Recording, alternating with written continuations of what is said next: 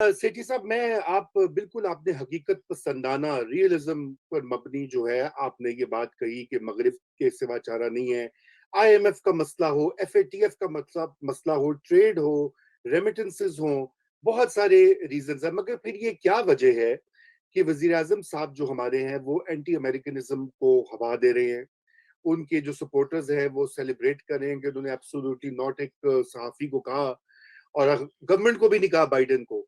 अच्छा, और एक तरफ तो ये है, और दूसरी तरफ जो आप बात कह रहे हैं वो वहां पे शहबाज शरीफ की कन्विक्शन की अफवाह भी फैलाई जा रही है और उसको कन्विक्ट करने की शायद तैयारी भी हो रही है। तो ये कुछ, ये हो सकता है कि कोई बड़ी गहरी चालें हों, लेकिन मुझे तो ये बहुत ही एक यूं यूं समझिए कि एक कॉन्फ्लिक्ट रिडन, यानी कि तजादात से भरपूर पॉलिसी दिखाई दे रही है मौजूदा सेटअप की, हाइब्रिड रेजीम की मैं बात कर रहा हूँ कि एक आप तरफ। अपनी जगह सही कह रहे हैं रजा। अब मैं आपको प्राइम मिनिस्टर पाकिस्तान बनाने जा रहा हूँ। नहीं, बन जाएगी। चलिए, आप टोपी पहन लीजिए एक छोटी हाइपोथेटिकली सी। ठीक है, हाँ, जाहिर है। you'll find me in jail after 6 months, but anyway. अगर अगर अगर अच्छा, अगर बैठ जाए, सुन लो ना। हाँ, अगर मोइन कुरैशी बन सकता है तो रजा रूमी हाँ। क्यों नहीं बन सकता? अच्छा जी, मैंने अब अभी रजा रूमी को इमरान खान बना दिया पाकिस्तान का। अब आप बताइए मुझे कि अगर आप देख रहे हो क्या रहा है और आपको समझें कि मुझे खतरा है, हम्म, अल्लाह रहम करे मुझे छुट्टी ना हो जाए, बिकॉज मेरी कारकर्दगी नहीं हुई और इदारों के अंदर भी कुछ प्रॉब्लम्स आ चुके हैं। शायद मरियम सही कह रही है, शायद उसका बयानिया जो है वो इदारों को समझ आनी शुरू हो गई है उसकी बात। शायद इदारों के अंदर भी कुछ डिफरेंसेस शुरू हो गए हैं। शायद अगर ऐसी बात है तो अगर मेरी छुट्टी होने जा रही है तो मैं बाहर जाके क्या कहूंगा? सही।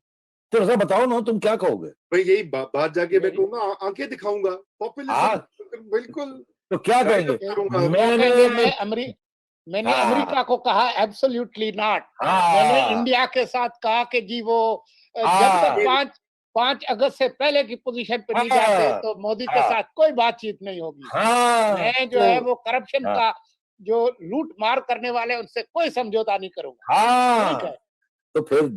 तो फिर आप दोनों को हमने बना दिया प्राइम मिनिस्टर, तो इसलिए उस गरीब को भी तो कोई बयानिया दे ना। तो वो जब बाहर जाएगा तो कोई बयानिया तो चाहिए। अगर बयानिया ही नहीं होगा तो फिर जाएगा कहाँ?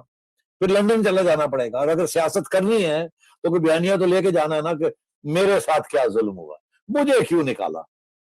तो हाँ, अपनी कंस्टिट्यूंसी के लिए भी तो कुछ तैयारी करनी है ना। दुरुस्त, बिल्कुल। तो इसलिए इसको आप दो तरीके से देख सकते हैं।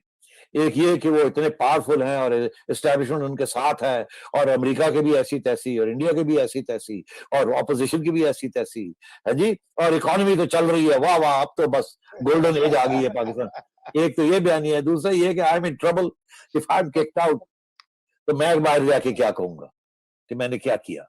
तो इसलिए यू आर राइट, ये कॉन्फ्लिक्ट, ये सारा जो सिस्टम है इज नाउ इन कॉन्फ्लिक्ट।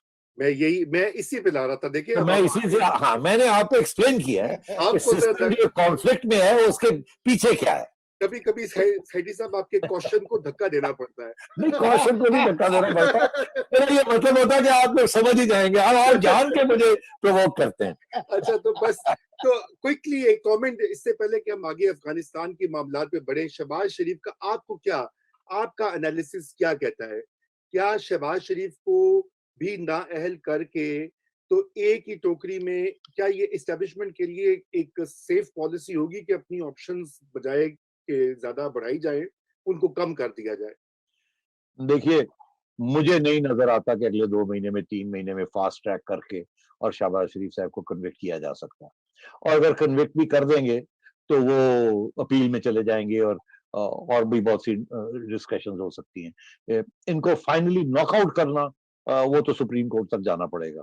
और मैं ये समझता हूं कि अगर ये एस्टैब्लिशमेंट का ये ख्याल है कि वो इमरान खान साहब के साथ मिलके, एस्टैब्लिशमेंट एस्टैब्लिशमेंट के लीडर्स, बिकॉज अब मरियम थोड़ी सी डिस्टिंग्विशिंग कर रही है ना, तो और इमरान खान साहब, वो शहबाज शरीफ साहब को भी एलिमिनेट कर दें, उधर नवाज शरीफ साहब को तो एलिमिनेट कर ही दिया है, सब लोगों को जेलों में डाल दें और रिग करके अगली इलेक्शन जीत लें, तो ये मुमकिन नहीं है। ये हो नहीं सकता कि आप इतनी बड़ी रिगिंग करें कि सबको जेलों में डाल के और रिगिंग करके और आप अगली इलेक्शन जो है वो चोरी कर लें, ये पॉसिबल नहीं है। मैं सिर्फ एक बात कहूंगा, नून लीग के अंदर भी अब उस किस्म के जियाले बन चुके हैं और नून लीग के अंदर भी इस किस्म की जज्बा आ चुका है कि वो बाहर निकल के एहतजाज तो नहीं करेंगे। अगर आप उन्हें आज कहें बाहर निकल आओ जी, आग लगा दो, ये कर दो, वो कर दो, तो वो तो नहीं करेंगे। मगर जब इलेक्शन होगी और इलेक्शन चोरी करने की कोशिश करेंगे, तो ये लड़ेंगे। ये बिल्कुल जैसे डस्का में हुआ, ये लड़ेंगे। हर स्टेज के ऊपर इनके लोग जिन्होंने पैसे खर्च किए हुए हैं, जिन्होंने जिनके जज्बात हैं, ये सब खड़े होंगे, ये लड़ेंगे। वो इलेक्शन कामयाब हो ही नहीं सकती अगर वहां लड़ाई झगड़े शुरू हो गए स्टेशन पे, और तो बहुत बड़ी इलेक्शन फेल हो जाएगी। उसके बाद कंसेंसस बनाने का तो मौका ही नहीं मिलेगा ना। वो तो चैलेंज हो जाएगी, एट एवरी लेवल चैलेंज हो जाएगी। और मैं ये समझता हूं कि अब वकला हजरात के अंदर भी एक बेचैनी नजर आ रही है मुझे अगेंस्ट द जजेस। ये पहले भी मुझे नजर आती थी, अब मुझे और नजर आ रही है। इसका पहला कतरा जो था वो था कि वकला हजरात और एसोसिएशन काजी फायजीसा के लिए खड़े हो गए और उन्होंने कामयाबी हासिल की अपने रेजिस्टेंस की, कि इतना प्रेशर पड़ा कि इंसाफ देना पड़ा।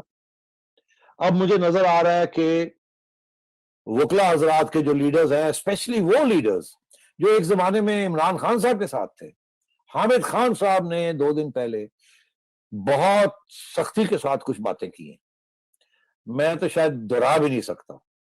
मगर जिन लोगों ने वो देखी हैं उनको इस बात का एहसास हो जाएगा, और अगर नहीं देखी तो यूट्यूब पे जाके देख लें। बड़ी सख्त बातें की हैं, और ये वो सख्त शख्स हैं जो कि फाउंडिंग फादर्स में है पीटीआई के, और ये वो शख्स हैं जो कि आसमा जहांगीर ग्रुप के ऑपोजिट होते थे।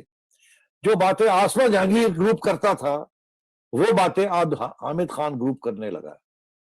तो मैं ये समझता हूं कि एक बाहर एक तूफान खड़ा होने वाला है, जिसमें वकला हजरात फिर शायद किसी न किसी स्टेज पे कोई ना कोई रोल अदा करे, और ये वहां यकजहती शायद पैदा हो जाए। ये नहीं कि ये सियासी जमातें ये कोशिश कर रही हैं कि ये हो जाए, ये ऑटोनमस हो जाएगा। बिकॉज अगर इंसाफ के जो पिलर्स हैं वो नजर आए कि वो अब इंसाफ नहीं दे रहे, तो सबसे बड़े जो स्टेक होल्डर्स हैं वो हैं वकला हजरात, इट्स द बार। तो बार में बड़ी बेचैनी है, make no mistake about it. और पहले 3 जज खड़े हुए सुप्रीम कोर्ट में, फिर 6 खड़े हो गए। तो मैं ये समझता हूं कि किसी ना किसी स्टेज पे एक रेजिस्टेंस बढ़ रही है, और सोशल मीडिया को तो गवर्नमेंट कंट्रोल नहीं कर सकती, मैनेज नहीं कर सकती, और ज्यादा आजादी आप देखेंगे अब मीडिया के अंदर, और ज्यादा। अगर इनका ख्याल है कि ये नए कानून ला के सोशल मीडिया को पाबंद कर देंगे, ये गलत फहमी है इनकी, ऐसे नहीं होगा। बिकॉज मैं आपको बताऊं, इवेंचुअली ये जो बंद करने की कोशिश करते हैं इन कानूनों के, ये जाएंगे अदालतों में, और बहुत से तरीके हैं इनको डिफेंड करने के लिए अपनी बातों को। तो ये अब एक क्राइसिस की तरफ जा रहा है ये मुल्क, और इसको धांधली के साथ इस क्राइसिस से निकलना बहुत मुश्किल है। बिल्कुल, बिल्कुल।